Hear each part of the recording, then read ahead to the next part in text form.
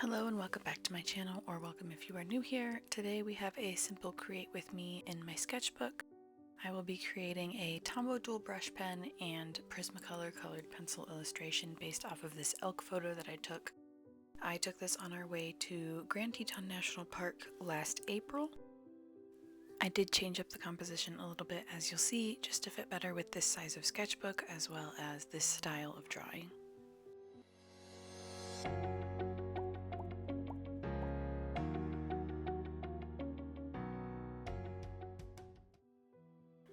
For the most part, my sketches are pretty simple and look pretty messy and squiggly because I don't really make specific shapes while I'm sketching. The things that I'm usually most focused on are the overall layout and then including the largest elements. Then once I'm actually using the supplies that I'm planning on making the illustration or painting with is when I'll add in more details if I feel like it needs it.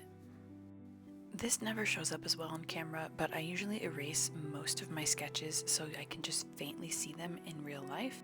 But on camera it looks like I erased pretty much everything, but there is still a very faint shadow of those sketches. I just don't want to leave too much pencil because it will show through watercolor and these Tombow markers. So I've just gotten used to erasing as much as I can while still being able to see the general guide and layout of those sketches. If you've seen any of my videos before, you will probably recognize my method of creating this style of illustration, which is obviously a sketch, and then I use the lightest shades of my Tombow dual brush pens for blocking in the general shapes of things. So in this case I did the elk, and then I'm adding in some light gray to be the snowy background, and then I will get a few different colors of green to block in the shapes of the trees. And then once I do that, I go in afterwards to add all of the details using pencils. For the first probably half at least, I'm just using the lighter shades of my markers. Here I pulled out all of my greens to decide which green that I wanted to use, and then I had to go to my swatch sheet to double check what colors I would want and make sure that they work well together. I have this in every sketchbook pretty much, and it's just a guide for me to know how the colors will look and help me decide which colors I want to pair together and make sure that they work well together, because sometimes the cap is not the same as the actual marker. So basing it off of the caps isn't really a great idea because you'll think they work well together, and then once you start to actually put them on the page, you'll realize the color's not exactly the same as you thought it was. So I highly recommend making a swatch sheet in the back of your sketchbooks, or even just making one on a spare piece of paper. I just like to have it in the sketchbook because then I know it's always with me, for one thing, and also different papers have different textures and that can change the way that the supplies work on the paper. The paper tone can also affect the tone of the marker. So in this case, this is a very bright white, slightly cool tone paper, so the colors turn up very true to what you would expect on this paper, but some of my other papers are more of a warm tone and that can affect the colors more. Typically I do start with lighter colors first, but in the case of these pine trees I did use a darker green, and then I went back in and I found a slightly lighter and more saturated green that I wanted to pair with it. It really just depends on what I am drawing. Obviously with marker you can't really draw all of the background and then try to add things over top of it, because the first color that you put down will affect the colors of the future markers that you use. So you can see I tried to keep the gray from being where I plan to put the pine trees, and then I'll just go back in later with more of the gray if I want to add more snowy details. So the order of the colors and the markers that you use does depend a little bit on what you're drawing. I mainly make landscapes using this style, so it depends on the landscape that you're making. In this case, putting the snow down first wasn't really a big deal because it won't change the shades of green too much.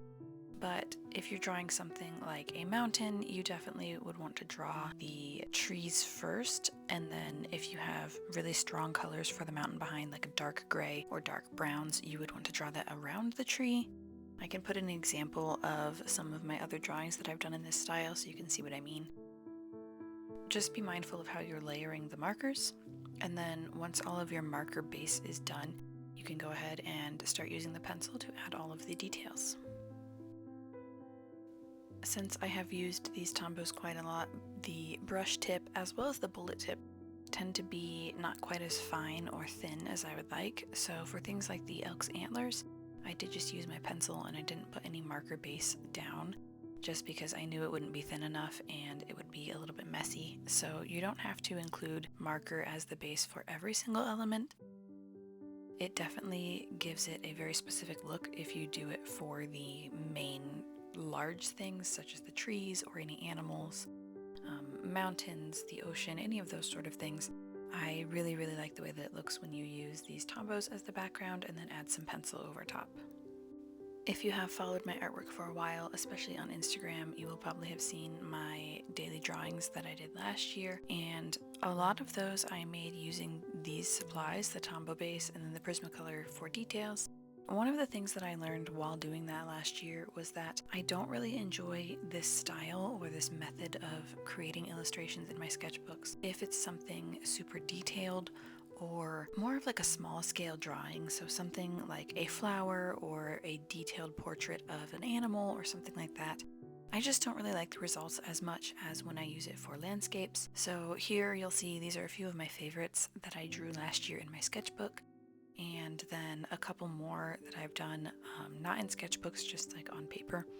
And that's something that I discovered that I really like doing. And when I used this to make animals, I didn't really enjoy that as much. So one thing with this moving forward that I'm trying to keep in mind is not to make it where the animal or a small flower or something like that is the main focus, but to have it be an entire landscape illustration and then include those things like animals where they're a little bit farther away and I don't really have to try to make them as detailed, and I can really just have more fun with it and enjoy creating this way, because this is one of my favorite ways to draw. I just really like the results. It's a lot of fun to me, so I try not to make it too stiff or too detailed, because that is one of the things I notice that I don't really enjoy as much when I do that with this style. I think for artists it can be sometimes difficult, because if you've seen my watercolors, you'll know that I like to add a lot of detail and texture, and some of those can take a really long time because I just get stuck in the details and I have so much fun making all of those little details. But not all of my art needs to be that detailed or that up close, you could say. And I think for artists, that's something that we have to remember and appreciate about different styles of art, is that we don't always have to make our art be the same level as our other art pieces. So for example, I have some watercolor paintings that I've spent 4 to 6 hours on that have a lot of detail and texture and a bunch of little things in them. But not all of my art needs to be like that. I can spend 20 minutes on this little illustration in a sketchbook and just have fun with the overall shapes and colors and not get focused on all of the little details, and that's okay. I think sometimes we get stuck on our style or what we think our style should be, and then that can limit us and let us not enjoy practicing different styles, practicing with different supplies, practicing different techniques, and we get so stuck on thinking, oh, this has to look like my other art, that we forget that it's okay to have different styles for different mediums, different styles for a sketchbook versus a canvas, or things like that. So if you are an artist and you've been struggling with that, I would just encourage you to remember that it's okay to not have one specific style, and to have different ways that you make things depending on what you're using, and to just enjoy that and enjoy finding out how you like to make things in different supplies, sketchbooks, all those things. I did not plan out where I was going to sketch all of these rocks. I just wanted to add some more texture and something else to add interest, because with just the elk and the trees it was feeling a little bit plain. And I think these rocks definitely helped a little bit and helped add a little bit more contrast as well, and make the snowy mountain scene more interesting, as well as showing a little bit more that he's kind of up on the side of a hill instead of it looking a little more flat.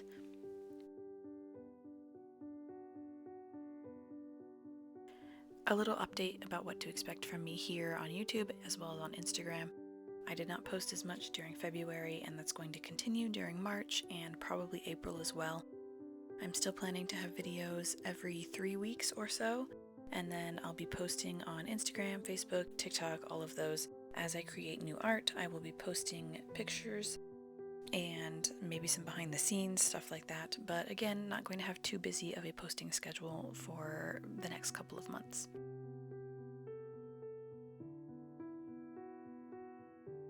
That is all for today. I hope you guys enjoyed seeing how I created this little illustration, and thank you so much for watching. I will see you guys next time.